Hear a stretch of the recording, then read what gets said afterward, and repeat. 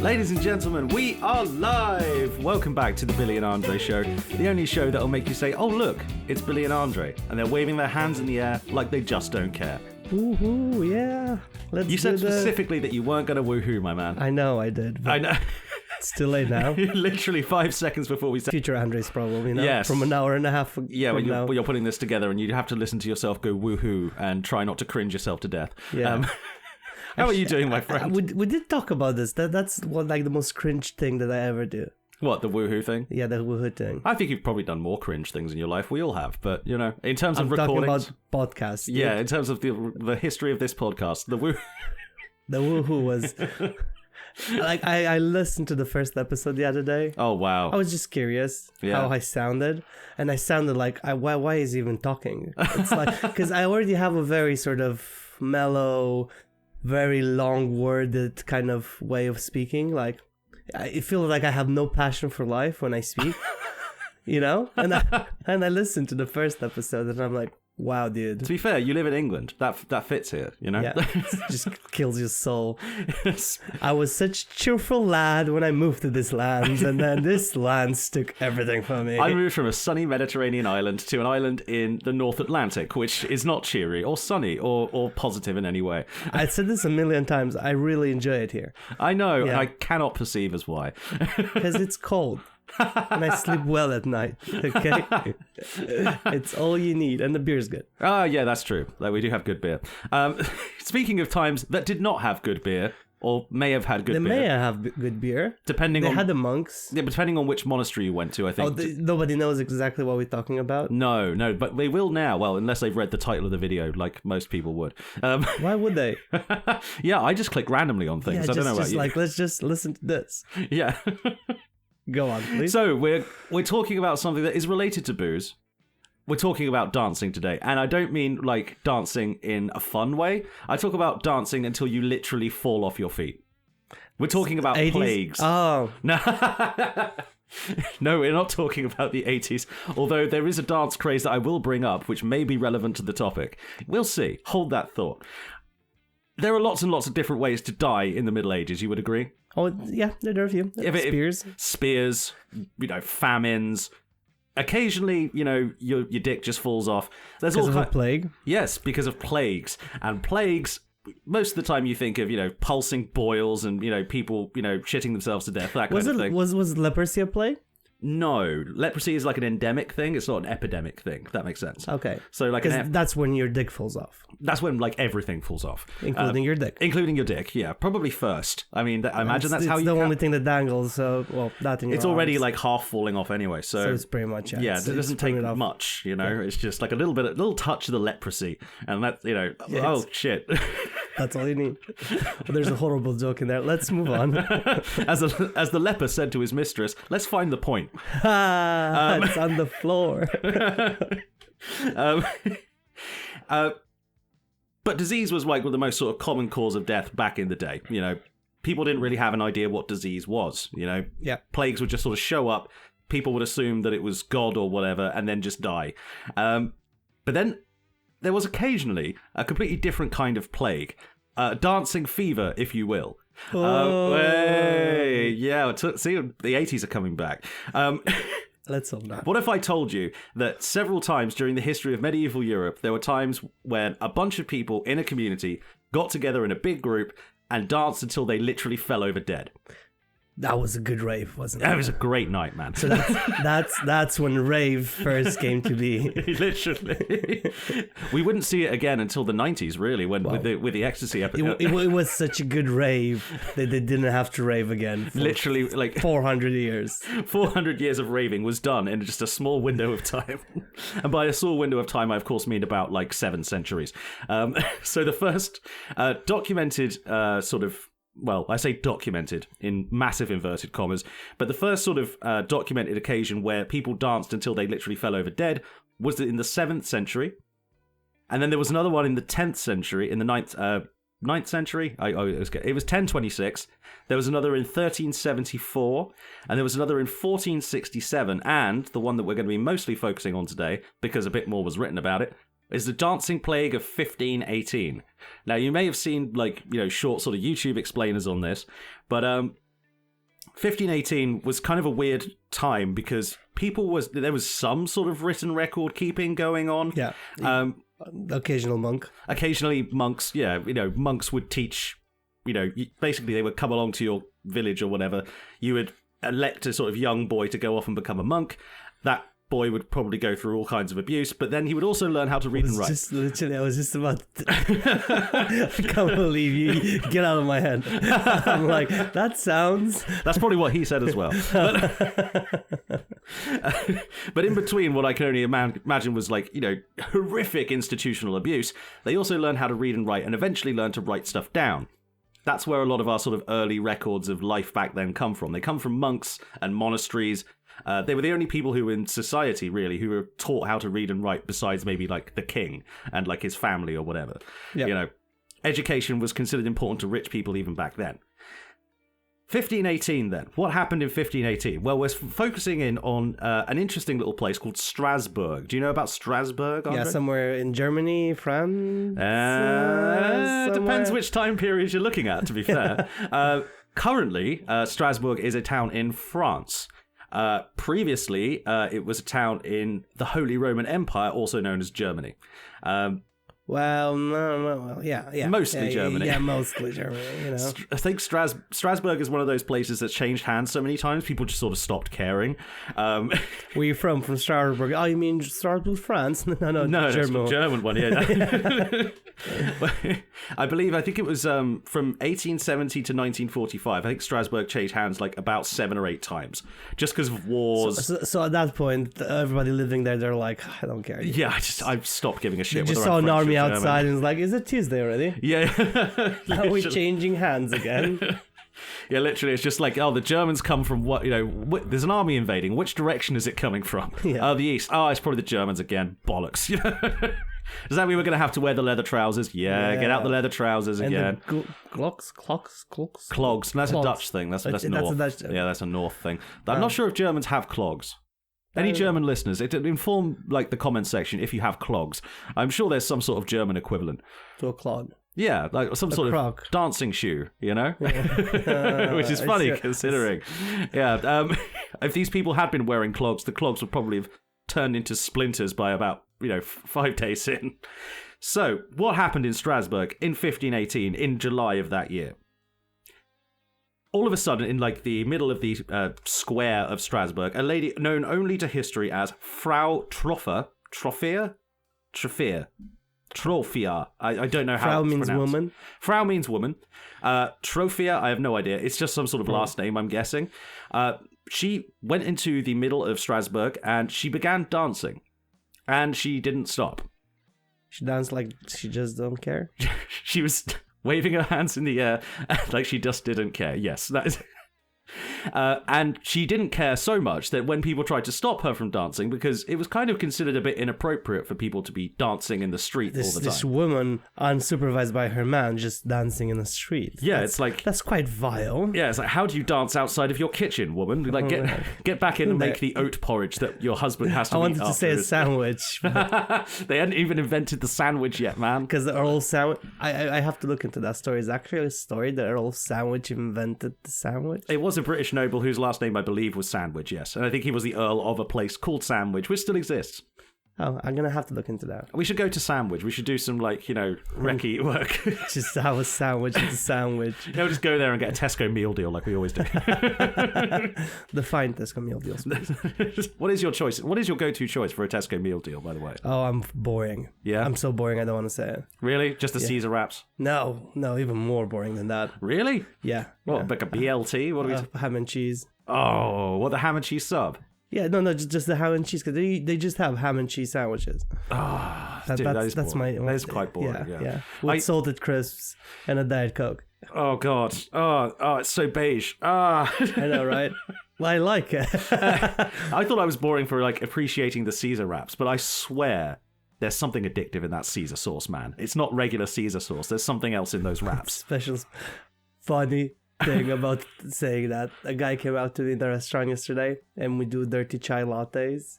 Nice. And he asked me what makes it dirty. And he had a band t-shirt on, so I'm like, I might be able to get away with a bad joke. So I'm like, I'll make usually a regular chai latte, and I'll bring it in the back, and then I'll bring it to you. It takes about 10 minutes. And then he looks at me, starts laughing hysterically. I'm like, dang fucking laugh. Like for a second, you were like, oh, for shit. For a second there, I was worried. For a second there, that's how I'm going to lose my job, man. Making inappropriate comments at customers. That's going on your permanent record there. Yeah. I'm like, I'm getting fired. But he laughed, so it's okay. Yeah. It's amazing how much, like, you know, whether the joke gets accepted or not matters. My other favorite joke is, because we have to ask everybody if they have allergies, because that's the world we live in. And I'm like, you have any allergies? And they're like, oh, no, thank you. And if they say the no, thank you, I always follow up with, would you like some?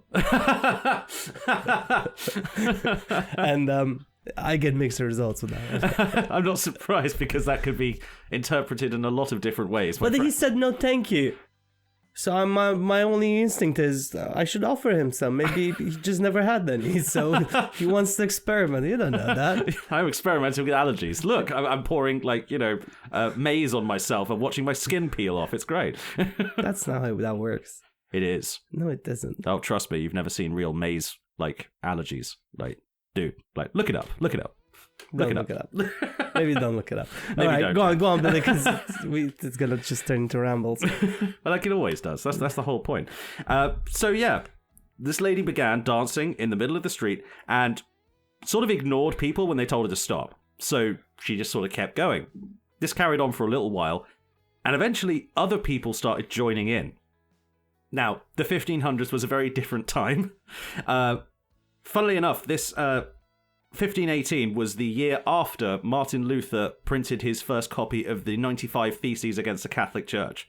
So this is right before the Protestant Reformation really starts. So yeah, that was a fun war, wasn't it? That was half of Europe series of wars and crusades. Well, the biggest one was when half of Europe decided to fight the other half of Europe, which was great. Oh, which time? There's like 15 times. Well, the when biggest happened. one was after Martin Luther, and they had that sort of vote, being like, "Are you?" They started choosing sides. Mm-hmm. Are you going to be Protestant? Or are you going to be Catholic? And then they just split the whole.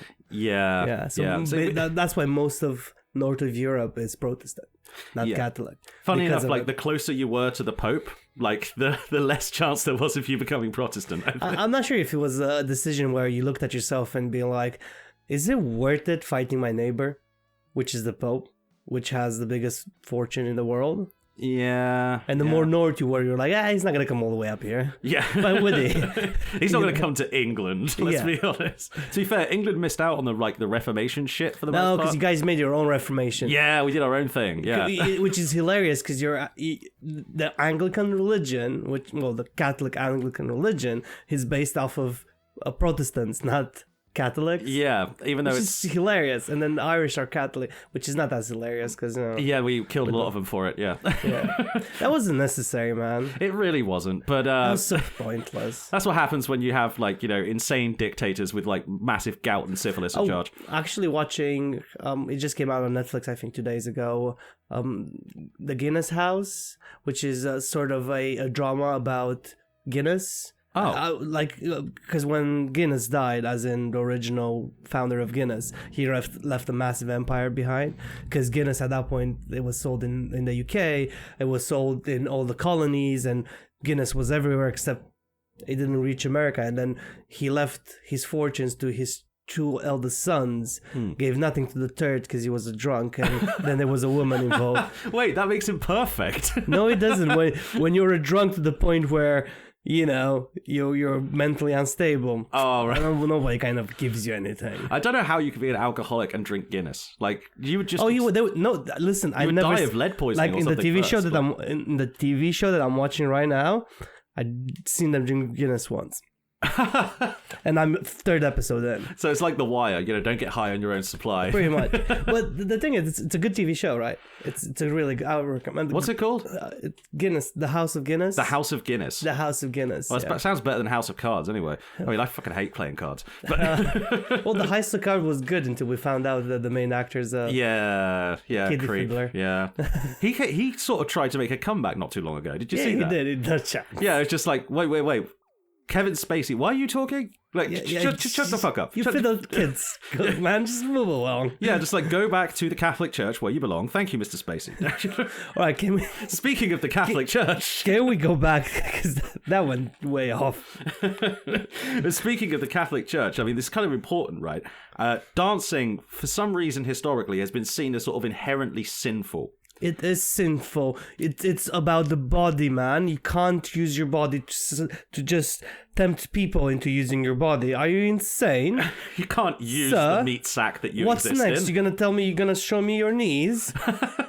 That's the thing. If you dance, even wearing those long dresses, man, there might be a chance of ankle. You can't be risking that. Dude, you know? I mean, insane showing me your ankles in the 16th century, whatever that is. Yeah, I mean, you know, showing your ankles is basically the equivalent of asking God to murder you. Yeah. You know? Yeah. I've told this story to you before at some point, but in the village of Stanton Drew, not too far from here, in like the countryside of England somewhere, there's a stone circle. And the myth of the stone circle is that it used to be people who were dancing in worship of Satan or some sort of paganistic religion, and they would slowly turn to stone as they danced, which is why they're in stones in a circle, you see. Oh, fair. I have no idea if that's true or not. Well, the thing is like you do find a lot of henges around, right? Henges, yes. Henge, yes. Yeah. Around, because when we were in Wales, we saw a really nice one, and I went and I hugged all the rocks, obviously, for good luck. Tree hugger, rock hugger. Yeah, I know. I'm a hippie without an addiction. Did you have good luck? I mean, you didn't die on the mountain. It's a hill, dude. Like, you didn't need luck. It was more unlikely, you know, to be bored by getting up there. But anyway, it's like hugging a stone to get rid of bears in England. You know, there's no bears fucking here. bears. There's no bears. Although I hear the lynx is making a comeback. Oh, good for him. Yeah. Good for him. No, because Kevin Spacey tried. I might as well get a lynx and go as well. See what happens. I have to explain to you what a lynx. Anyway, lynx is an animal. I know. It's like a big ass cat. It's a really cute big ass cat. Like that's the problem. There's tree huggers out there that hug rocks as well. Might want to go hug a lynx. Well, to be fair, is a lynx big enough to kill you? Probably is, dude. Put it in the comments. Do you think a lynx is big enough to kill you? I'm dubious on that. I'm guaranteeing a lynx can kill you. A cat can kill you, dude. Have you seen the claws on those things? Like, I'm not even joking. They have so much power behind them, but they just prefer to be cute. They realize it's easier to get food by being cute. Yeah, exactly. It's like, why would I bother killing you? Yeah, otherwise it's like if you go out and hunt a cow. Like, okay, now you've got a dead cow. What are you going to do with it? You know? Yeah. Well, here's the thing. With most big animals, they wouldn't hunt humans, except, well, lions will. But most big animals won't hunt humans because we're too much effort. Because it's about the calories you use into getting your food. So if you spend too many calories, there's not worth having that food. So, like, if celery was like a prey that could run away from you, we wouldn't bother to eat it. Because there's no nutritional value. I don't bother to eat celery anyway. Yeah, exactly. Because it's a minus of calories on celery, dude. And we don't even have to expend that much calories to like pick it up, but still, it's more than worth eating it. You know. Still wouldn't eat celery. That's like the third sidebar we've gone on, and like three side. It's great. Whatever.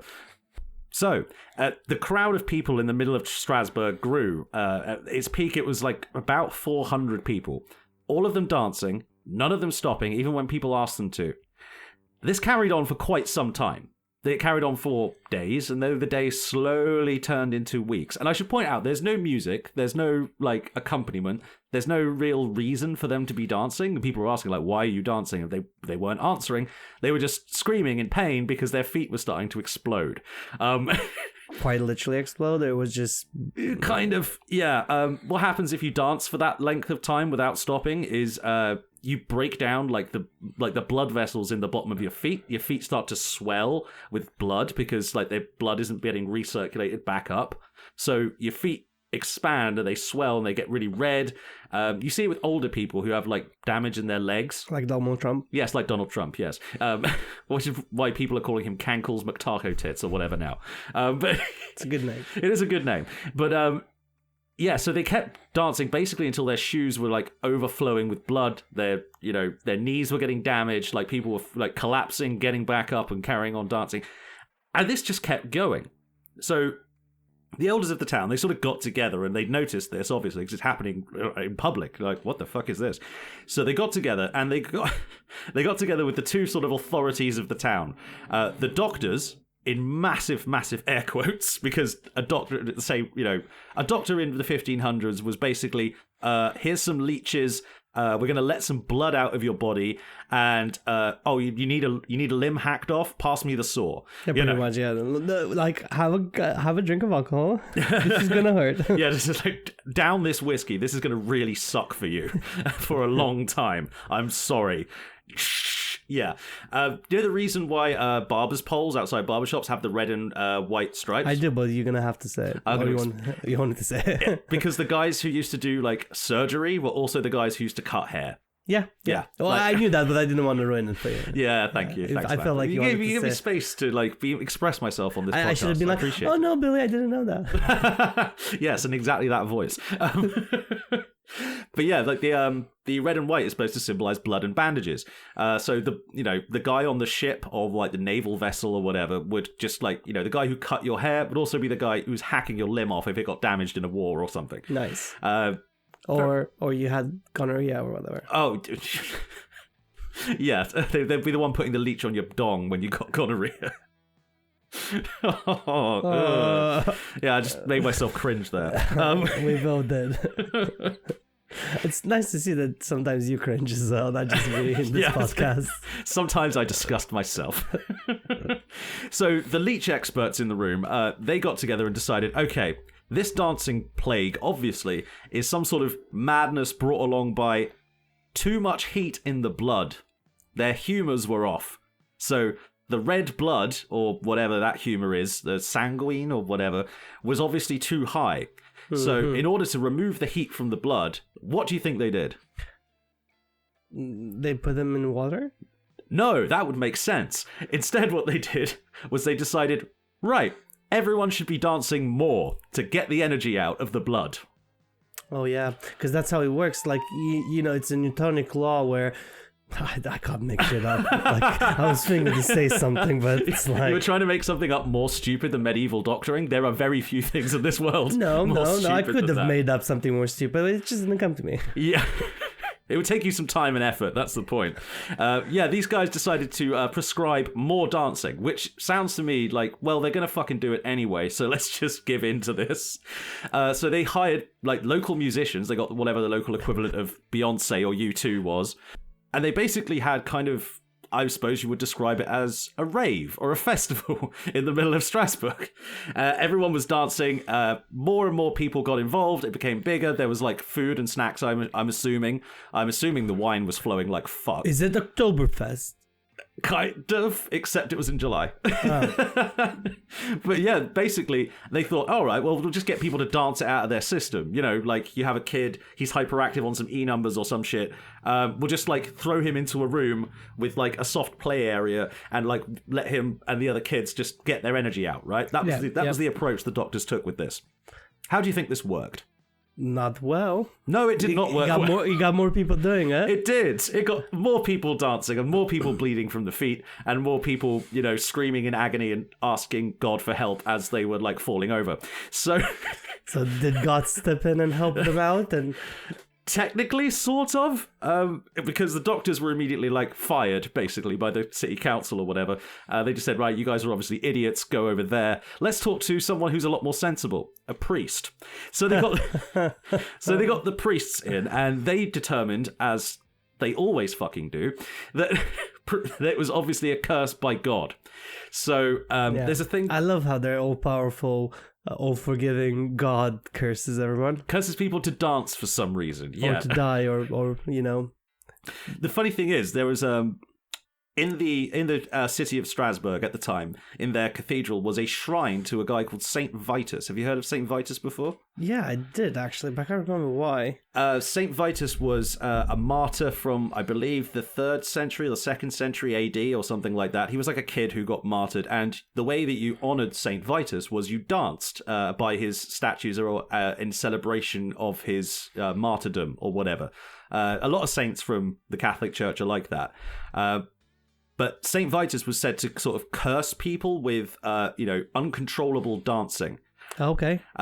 Funny thing is, you've heard the fairy story, the Pied Piper of Hamelin? Yes, I did, actually. Yeah, like the guy goes into Holland, he plays the flute, all the children then march into the mountain and die. You know, that kind of, those lovely European folk tales. They're great, aren't they? Yeah. I love them so much. I mean, people say Roald Dahl works were quite dark, but like, dude, kid stories have always been like really fucked up when you think about it. Like when they came up with Krampus, that was a good. Oh god, let's not forget it's Krampus. Jesus. Oh, Krampus was a good one, wasn't it? Yeah. But yeah, so these people dancing uncontrollably.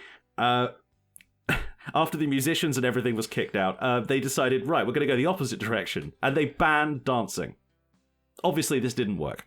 So the people had a neurological disease, my dude. How are you gonna stop them? That's the thing. You couldn't stop. And anyway, when the groove gets on, the groove gets on. You can't stop the groove. You can't stop the groove. No, like that's impossible. You cannot stop the beat. Once the beat is within you, you know, it's done. And the beat was literally within them. They couldn't fucking stop. So they banned music, except at weddings, and except with stringed instruments. I don't know what their logic was on this. Like, except for stringed instruments. Stringed instruments at weddings. Specifically. Okay, but what was this after they actually got cured, quote unquote? No. This was just like, you know, whilst this was going on. This lasted like a good couple of months. This lasted from July until like end of August. It was a long period of time. They just couldn't fix this problem because people just kept showing up and joining in. So it just kept going. What happened to the initial woman then? She probably died at some point. Well, we'll get to that in a bit. There's sort of back and forth about whether people actually died of this, but a lot of people collapsed due to exhaustion and sort of kept trying to dance even on the floor. Like it was still carrying on. And that's how the worm got invented. I have all the worst ones today. I have all the bad puns. Dude, that's probably true. I don't know how the worm was invented. I think that's a much better option than whatever really happened. Yeah. So that's how the worm got invented. That's how they're doing the 15th century Catholic worm. Sorry, I need a second. Jesus. Yeah, the funniest thing about this whole plan to me was they banned stringed instruments, like everything except stringed instruments at weddings. And as if like, this will stop people from dancing. These people had obviously never heard of an Irish wedding. No, they have not. No, they have not. You can dance to a stringed instrument just fine if someone plays it right. I wouldn't see the problem. Like, look at like the Gypsy community. They use stringed instruments and they're really fucking good at it. They love dancing as well. Yeah, exactly. They have like some of the oldest like folkloric dancing in the world. Yeah, you know? So I mean, like, they're wrong. Some people are just wrong. Yeah, there's a lot of dispute over whether like people were actually dying. A lot of sources say there was about like 15 people a day dying. It's hard to tell because in the original, like, raw primary source documents, they don't really mention how many people died, which you think they would. Even though it's the 1500s, they don't really do written records as such. Yeah. You think they'd mention if, like, 100 people died or something. But for some, the deaths weren't really mentioned. They sort of came along in the later sources when people wrote about it. Oh, yeah, because people just picked it up. Oh, that's the problem with rewriting things, right? Yeah, it is. Like, people sensationalize it. They want to sell a book or whatever. Yeah. So they throw in, like, 15 people a day were, expiring from this terrifying plague. Aha! It sounds cool. Why did you do the 30s sort of voice of a presenter? Gangster fashion. See? No, it's the 1800 salesman voice. All right, like, this elixir, it will take away your ills. All right, Al Capone, calm down. I'm not buying your booze. I haven't shot anybody yet. What? So yeah, after all this didn't work, they tried banning shit. Obviously, that doesn't work because when has banning things ever worked? Looking at you, Keir Starmer. They got together with the priests. I need a minute. I see. Now I'm leaving that one in. Yeah. You're not getting a minute, boy. that was really well placed. Did you actually work it out in your script? No. Okay, cool. Because if you did, I would have slow clap. That wasn't it. That was not a slow clap. That was you hitting the boom with your microphone. All right. Please continue. I'll just laugh in the background.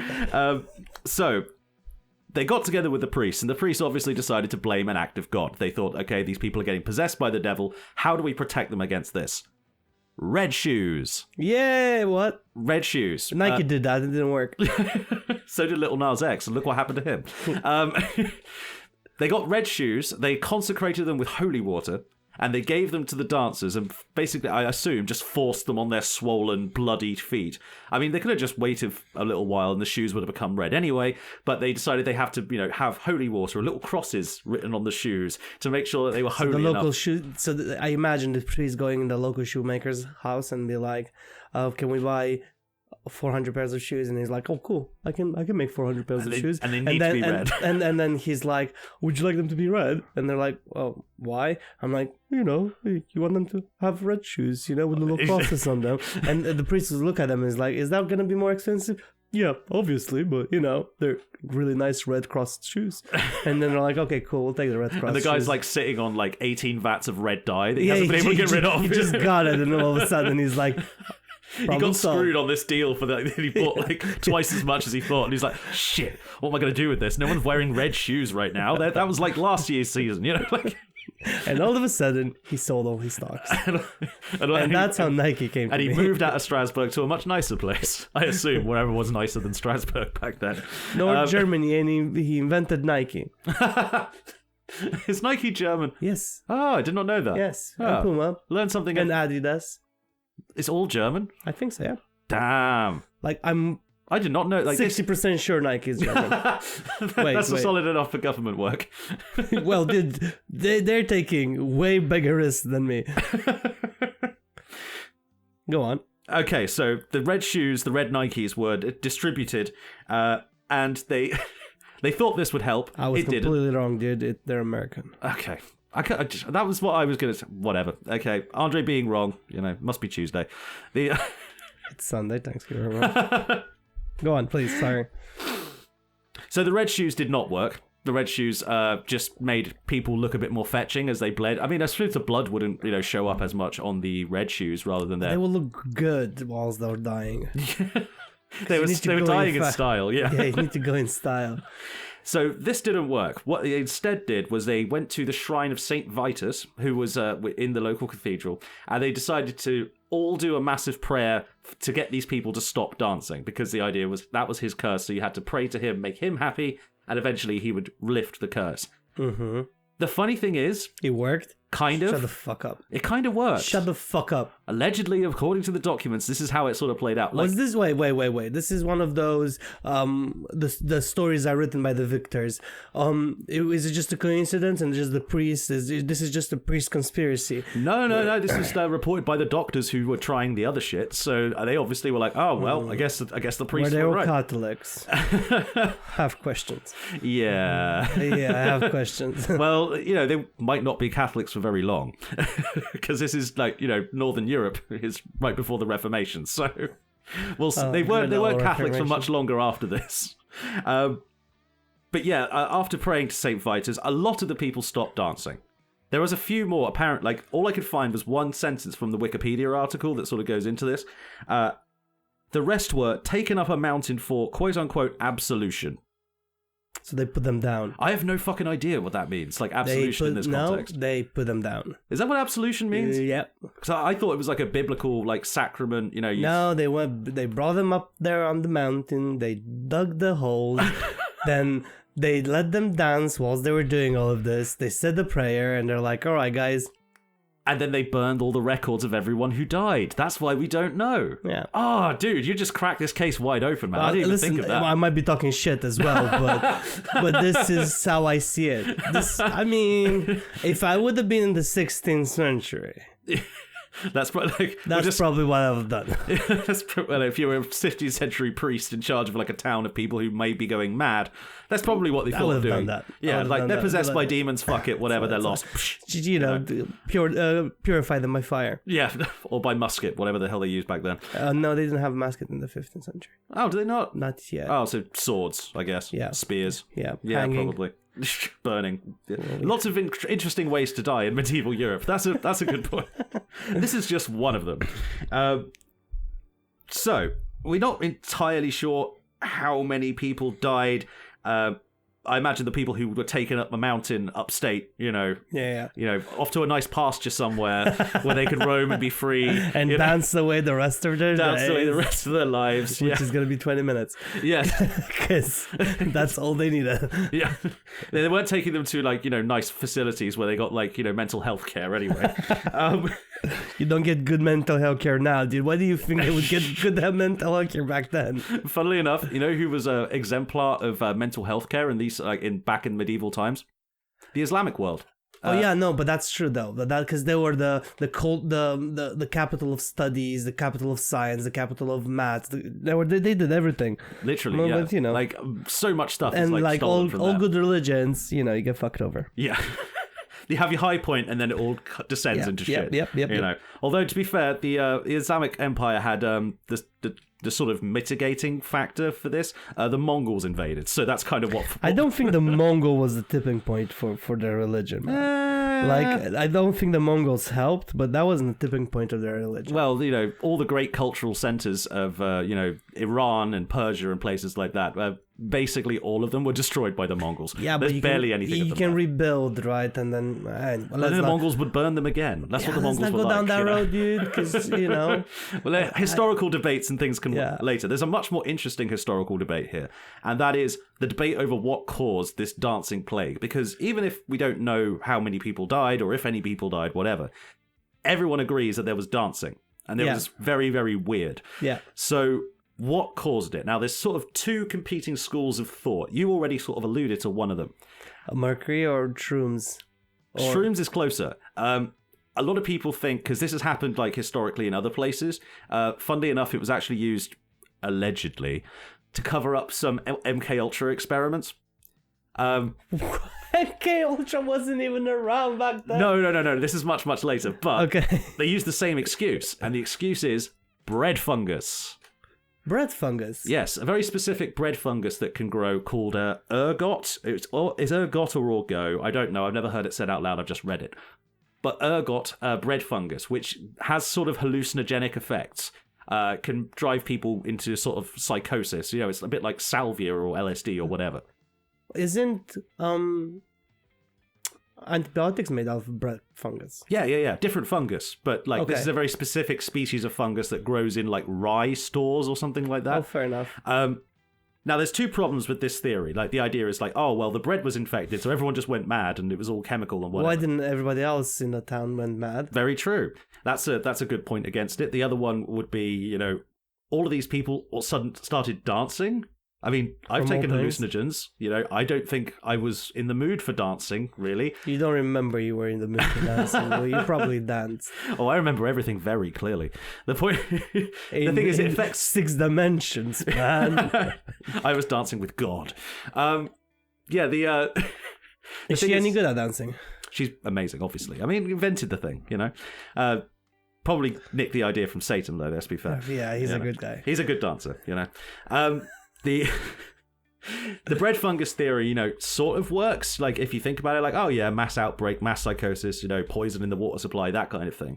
There's a couple of problems, one being, not everybody got it, and everyone was eating the same bread and shit. So, it wasn't a huge international supply line thing where only the Hovis got infected. It was, you had your grain stores and that was it. Also, everyone showing the same effects from a drug, that's kind of rare for the most part. It's not going to just make you dance and that's it, There's no chemical that just makes you dance like that. Yet. Well, it's ecstasy. But they hadn't invented it then, so that's obviously off the list. The second one, this is quite a simple, basic one. It was the wrong time of year. It was the wrong time of year for funguses to be growing in the grain stores. It was dry. It was dry. Yeah, he did say that. Yeah, it was in the summer. So that theory is kind of out there, but it's not really considered anymore because it's just there's too many moving parts here. I think the second one is probably more accurate and a lot more interesting. Mass hysteria. Yeah. Yes, and a lot of people hysteria itself is kind of a dirty word if I can put my psych nerd hat on for a minute. Like, because hysteria used to be basically what they called women who got too uppity and wanted to have an orgasm once in their lives. You know, that was called hysteria for years. Oh, yeah, because that's how they invented the vibrator, didn't they? Yeah, to cure hysteria. Which I think is just fucking hilarious. Because the doctor had a sore fucking arm. Yeah. If I remember the story correctly. Yeah, he just got sick of masturbating all these wives. I mean, I'm sure he didn't get that sick of it, but he decided to invent a machine to make this job easier, like all good men. I can't remember what TV show was that actually depicted this. It wasn't a TV show. There was a TV series at some point. I can't remember. They depicted this, and he invented the vibrator. Yeah, sort of essentially, in a way, because he was getting carpal tunnel. Like, of all the ways to lose a hand, man. It's like insane, huh? I'm amazed he even knew what carpal tunnel was back then. His arm was hurting, but he was clear signs of carpal tunnel. Go on, please, sir.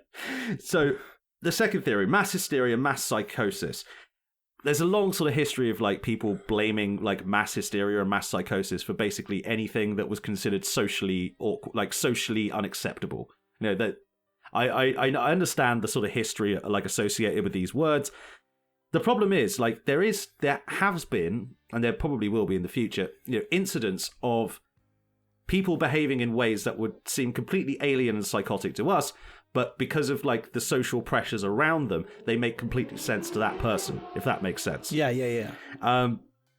There's a really interesting concept. It comes up in like true crime a lot. It's called folie à deux. It's a French term. Folie à deux. Folie à deux. Something like that. But it basically means shared psychosis. So there was a case with two sisters. I can't remember their names. I think they were Swedish. They showed up on like the British transport cop like Interceptor show because they were running out in the middle of the motorway like together and jumping in front of cars. Like they did this several times. And for some reason they managed to survive. Like they kept getting hit by trucks on the motorway, man, and they kept living. It was insane. Had to go. You know, it's one of those, why did the chicken cross the road? To get on the other side. They never got to the other side, so they can't stop until they get on the other side of that motorway, man. The thing is that they were there on camera, like talking to the police, because the police Interceptor TV show or whatever was there. And like the police did a really shit job of like keeping an eye on these like ladies who were like jumping in front of cars. Like what you do is you don't just then like leave both of them with one dude who's sort of like sat there with his arms crossed, like trying to look cool on TV, whilst behind him they jump in front of the cars again. Like this happened like 3 or 4 times. Like, they just like kept jumping into the road.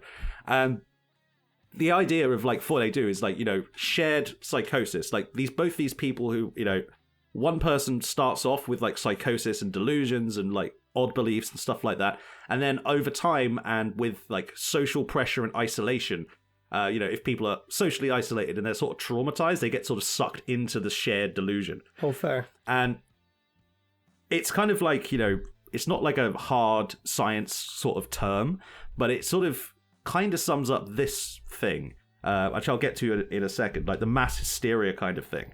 If you get someone with like extreme distress and they're socially isolated, it's really, really easy for them to believe basically anything that shows up. So it's why socially isolated people fall into cults and things like that. Oh, yeah, well, yeah. Cult behavior is very, very similar to this. Yeah.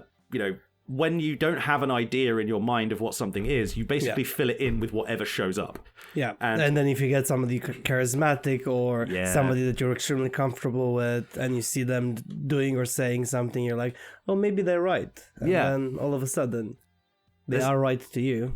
Yeah, there's a thing that happens, like, this kind of thing happens with families a lot. Like, you'll have, like, families who are, like, live in isolated areas. They only see each other. You know, Mormon families in the US, that kind of thing. Yeah. And they form, like, these sort of micro cult habits where, like, you know, everyone is sort of worshipping the head of the cult. Yeah. And, you know, anything that they say is now true, even if what they're saying is insane. Yeah. You know, that kind of thing. So you see that also with, I feel like, because you said families, right? You know how none of us are genetically racist towards anybody else? And because you can see small children, they don't understand it. And the same thing, it's their concept of the world is built by their parents. Yeah. So they will become racist. if their parents are slightly racist. Yeah. Even if they do the little things that, they don't feel like they're being racist towards somebody else. So it's yeah, I can see that. It's like I say, it's much more of a vibe back then because people were just more isolated in general. And more racist. I'm not sure most of them even know what a race was. It was just like, oh, yeah, there's a plague. Let's blame it on the Jewish guy. And that was it. No, it was a lot of cultures back there. It was actually I think there were a lot of more microcultures, as in they have the same sort of Germanic root to all of them, but because they're from different sort of little towns. Yeah. It's a microculture. I like the Holy Roman Empire, like case in point. Yeah, that was like that's what it was. Clusterfuck. Yeah, it was all city-states and like little princely kingdoms and shit, and they all hated each other and constantly fought wars. And eventually, when they did unify Germany, it got even worse. So the good old days of Germany when they didn't have a country. I'm sorry, that's incredibly rude. Yeah, but yeah, like going back to the 1500s, right? So 1500s. Even in like the best, like the rich parts of town or whatever, the rich areas of Europe, everything sucks. Like there's famines, there's plagues. I believe in this year, like 1518, they just gotten off of like a 20-year-long famine. Ugh. Like imagine just like watching everybody starve to death for 20 years. That's the kind of trauma. And, with a little bit of social isolation, a massive amount of trauma, a little bit of social isolation, people were sort of desperate and like, they had all this stuff built up, this trauma built up inside them. It's quite easy to see how people will get sucked into this dancing thing and start believing like, oh, I'm dancing and I can't stop. And when you believe that you can't stop, you keep going. Can't stop, yeah. It becomes like an OCD behavior. I just have to dance. I don't know why, I just have to. If I don't dance, I'm not going to feel like I won't be able to think about anything else except dancing. So I need to keep going with this. The thing is, like, because these plagues happened quite a lot and in the same sort of area, a lot of these dancing plagues I mentioned earlier, like all the, from the 7th century and onwards, they all happened along one river, like the Rhine, that goes through Germany and North France and shit like that. Because they all happened in this area and they all traded up and down the river, they'd all heard about the previous times this had happened. Oh, so it got the... Oh, yeah, I see. Like so the concept migrated, know? And I see that. And it gets sort of built on. It becomes like a stuff of legends, and it becomes like what do you do when you are a sinner? You are compelled to dance. So people who believe they were sinners start compelling themselves to dance, and it becomes like a weird sort of compulsion. I think that's sort of closer to what the reality is than the bread fungus thing. I think that's more... We won't truly actually know what the thing was. Like... I mean, I'm biased, obviously. I'm coming at this from a psych lens because I'm a psychology nerd, I still think it's shrooms. just saying, dude. Just the stoned ape theory. Yeah, dude, there was such a vast amount of shrooms growing on in the Rhine those years for some reason. Is there like exact numbers of years in between every single one of them? No, but it does seem to skip like a few generations. Yeah. It's like long enough for it to become like myth. So it's history. Just the shrooms, they grow in a certain way from the sunshine hitting them in a certain manner. When Jupiter is in rising and Mars is in I'm pretty sure if you look at the cosmos in that period of time, you would find that the moon was in Jupiter and Jupiter was in Mars, right? And there was a double eclipse. I don't know, dude. It was a double eclipse of the sun and the moon. Okay. And Saturn pulled the mushrooms out of the ground. So the sun was eclipsed by Mars. Right? And those shrooms got that certain something in them. I grew up with like hippies who like actually practice this kind of like mathematical astrology or whatever, and if they are hearing this right now, they are literally pulling out their hair. That's fine. That's okay. I'm okay with that. Yeah, that's okay, fair enough. Listen, yeah. I'm here as the comic relief, Billy. So leaving the obvious astrology courses aside, I mean, like, well, which is probably the correct thing, but hey ho, just don't listen to me. I'm the crazy one. But all of these sort of dancing plagues, these sort of religious zealous dancing plagues, which seem to be ended by some kind of mass ritual or declaring an act of God or whatever. Yeah. Like they sort of stop after the Enlightenment, after the Reformation, because people become, as a whole, less God-fearing, less afraid of God's judgment or whatever. Because the fear and, like, you know, the religious pressure of that is, like, reduced, all of a sudden these sort of things kind of stopped happening, or at least not as frequently. So I started looking for, like, you know, modern examples. Is there anything that's kind of similar that we have in the modern age? The 1980s whirling techno revolution. Was that not it? We'll get to it. But there's much more obvious examples, right? Firstly, do you ever see anybody, like those people in America who go to giant mega pastor churches and start speaking in tongues? Yeah. Speaking in tongues, faith healing, that kind of stuff. Yeah. This is kind of the same thing. But that's a lie. They know it's a lie. They're just doing it for attention and for money. The pastors believe it's a lie. The people in the crowd, they all accept. They all agree. They all, you know, they're going through the same religious fervor as those people who were dancing. They're all dancing, you know. They're all dancing on the same page there. They all believe that this is happening. So people give in. They start speaking in tongues. They start, you know, magically developing disabilities and then magically getting up out of the chair or whatever, you know, shit like that. Because everybody believes it, it starts happening to them, like a placebo effect kind of thing. That's just one example. By the way, if you ever want to see some really, really fucked up shit, there's a film from the 2000s called Jesus Camp. I don't know if you ever saw it. No, I haven't yet. I want to see it now. It involves a lady telling you that Harry Potter is evil because warlocks are an enemy of God, and also that they then pray to a life-size cutout of George W. Bush.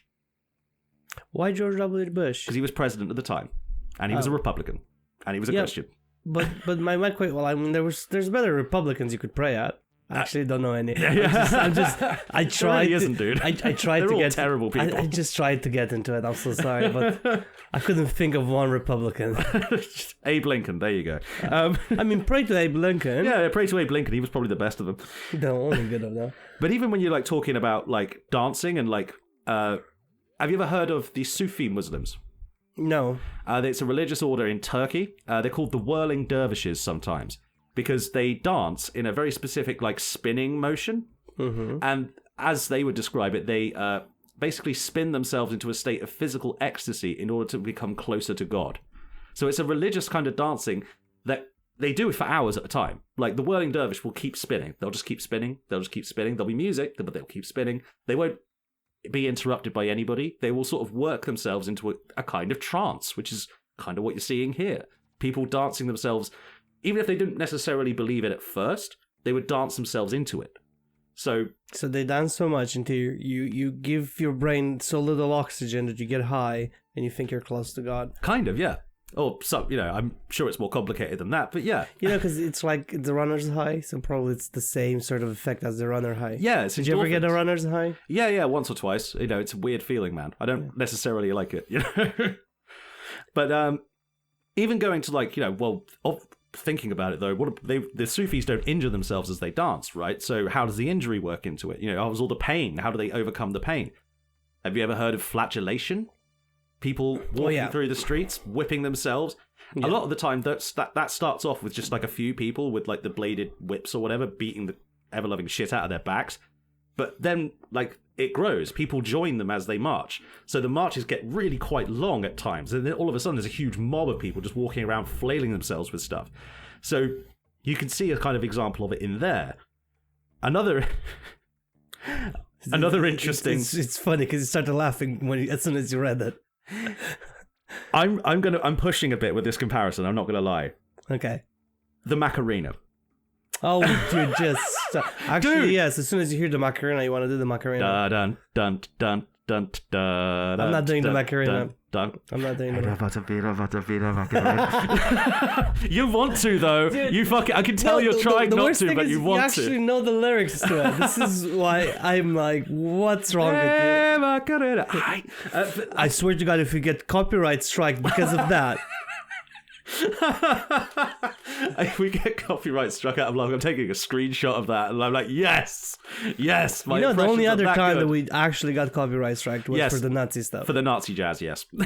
That's still I'm proud very of weird that. to I'm me. very proud of that. Who is copywriting Nazi jazz? Why would you want to own that? I want to make a T-shirt, and that's gonna be the T-shirt we're gonna make and sell. And it's just who is copywriting Nazi jazz. Do you think we can get away with that? Well, yeah, you could probably print the company's name underneath it as well, you know. Just call them out. Fuck you. If you're copywriting Nazi music and trying to make money off it, I've got problems with you beyond anything else. So solve the copyright That's gonna problem. be our first merch, man. Yeah, we should. We should definitely make merch. I don't even know what we draw on that. No How do you drawing. depict that It's just in gonna be a picture black T-shirt that is written with white on the back. Who is copywriting jazz, Nazi jazz? That's gonna be all. Cool. Let's move on. Get on the Shopify right now and buy our new exclusive merch. We don't have merch.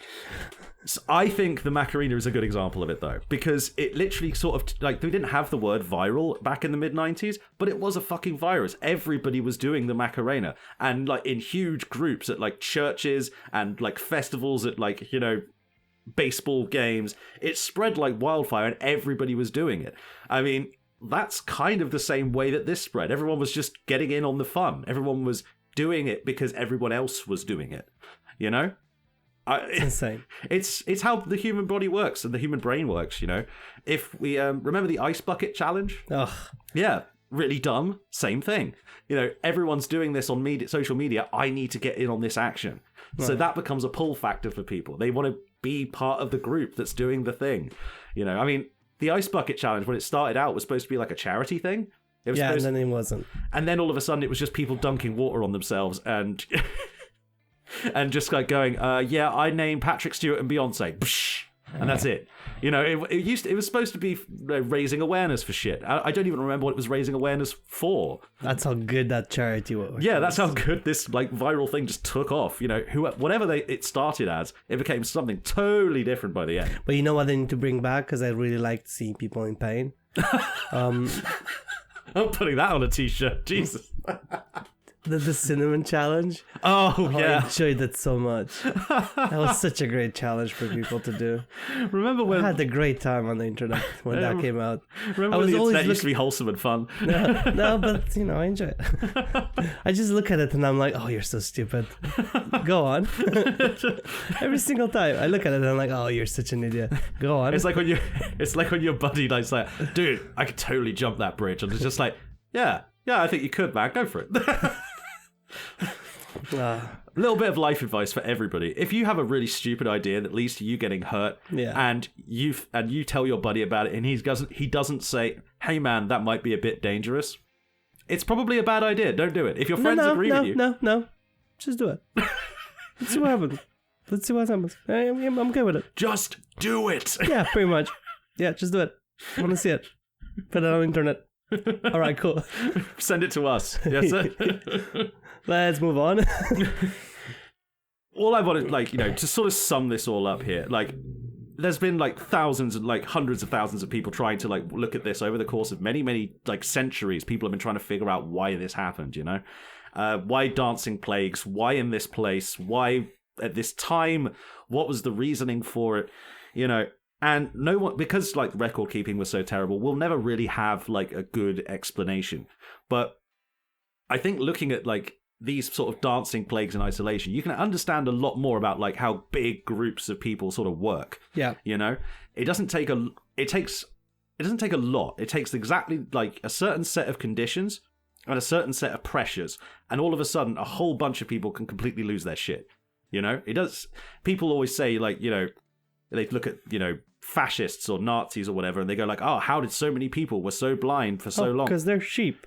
Because most of the time people don't think about what they're doing, you know? People they're just sheeple. do stuff. They're sheeple. They're sheep. We're not bringing back like the 2010s goth shit. You're either depressed and nonconformist or happy sheeple.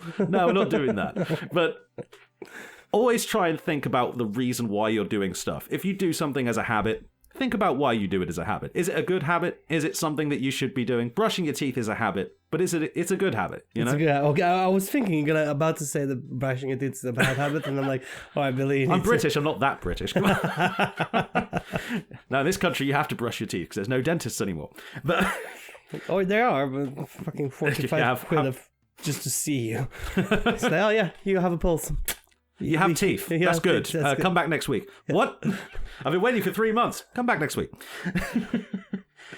But yeah, a lot of the times when you don't know something, if you don't know something, folklore, traditions, like weird ideas that have like sort of always existed as like the default in your back of your mind, they often rush in and fill that gap. If you don't want to be a sheeple, if you don't want to dance yourself to death in the streets of Strasbourg... What made you say? If you don't want to dance yourself to death in the streets of Strasbourg, try and think about things before you make assumptions on them. That's all I'm going to say. And I think that's a really nice positive note to leave us on. Yeah, and also another thing that helps you not do that is like, subscribe, comment, and tell us what you think about the show. If you don't want to be a sheeple, like and subscribe. See you later, everybody. Take care.